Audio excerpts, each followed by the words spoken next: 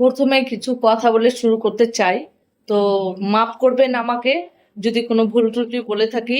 তো পুরো ভিডিওটা ধাক্কা না দিয়ে দেখবেন, শুনবেন, তাহলে বুঝতে পারবেন। দেখুন, আমি একটা কথা বলি, আমার এই নলেজ থেকে বলছি, আমার অভিজ্ঞতা থেকে বলছি, টাকা থাকলে সব সুখ আসে না বন্ধুরা। টাকা পয়সা আজ আছে কাল নেই, কিন্তু মানুষের স্নেহ, মায়া, মমতা, ভালোবাসাটা সারা জীবন রয়ে যাবে। কারণ আজকে আমরা মানুষ কুলে জন্ম নিয়েছি, আজ বাদে কাল আপনিও চলে যাবেন, আমিও চলে যাব, সবাই চলে যাব। হয়তো আমি আগে যাব, আপনি পরে যাবেন। এটাই হলো মানুষের ধর্ম, পৃথিবীর ধর্ম। তো একটাই কথা বলতে চাই, দেখুন আপনারা অনেক দিদি ভাইরা আছেন, অনেকে খুব ভালো দেখি, আমি ভিডিও দেখি, আমার খুব ভালো লাগে অনেকের ভিডিও। কারণ একটা জিনিস আমি লক্ষ্য করে দেখেছি যে অনেক দিদি ভাইয়ের স্বামীর হাত নেই, পা নেই, কত সুন্দর স্বামীর সংসার করছে, স্বামীকে পিঠে করে নিয়ে যাচ্ছে। আজকে লাখ টাকার লক্ষ্মী লাভ একটা অডিশন হয়, আমি সেটা দেখি রোজ। আমার খুব ভালো লাগে এই লাখ টাকার লক্ষ্মী লাভ। কারণ ওইখানে আমি দেখেছি অনেক দিদি ভাই অনেক কষ্ট করে সংসার চালায়, দিন আনে দিন খায়, কোনোদিন খাওয়ার জোটে, কোনোদিন জোটে না। তো একটাই কথা আমি আপনাদের বলতে চাই, দেখুন, এই যে পরকীয়া ব্যাপারটা ছেড়ে দিন।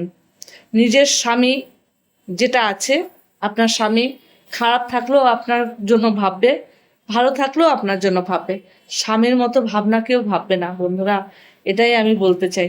স্বামী আপনার বট গাছের ছায়া, আপনাকে ছায়া দেয়। স্বামী একটা বট গাছ, যেটা আপনাকে রৌদ্রের ছায়া দেয়।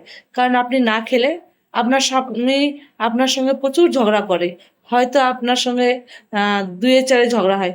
কেন হয় ব্যাপারটা একটু বুঝবেন।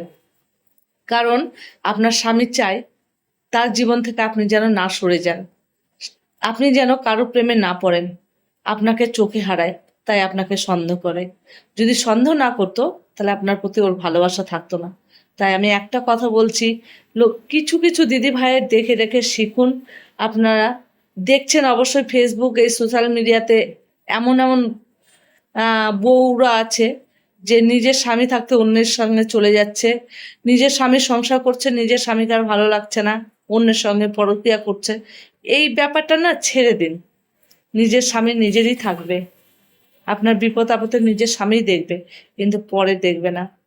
আপনি হয়তো মোহর বয়সে আপনি চলে যাবেন, আপনাকে 2-4 দিন, 2-4 বছর খুব ভালো রাখবে, তারপর আপনার সঙ্গে টর্চার শুরু হয়ে যাবে। তাই আমি করজোরে অনুরোধ করছি, নিজের স্বামী যেমনই হোক তাকে নিয়ে খুশি থাকার চেষ্টা করুন। আপনি মোবাইলে ফোনে কথা বলছেন, ঘন্টার পর ঘন্টা হেসে হেসে কথা বলছেন, একটা ছেলেকে ইনফ্লুয়েন্স করছেন, সেটা না করে নিজের স্বামীর সাথে সংসার করুন। লোকেও আপনাকে ভালো বলবে।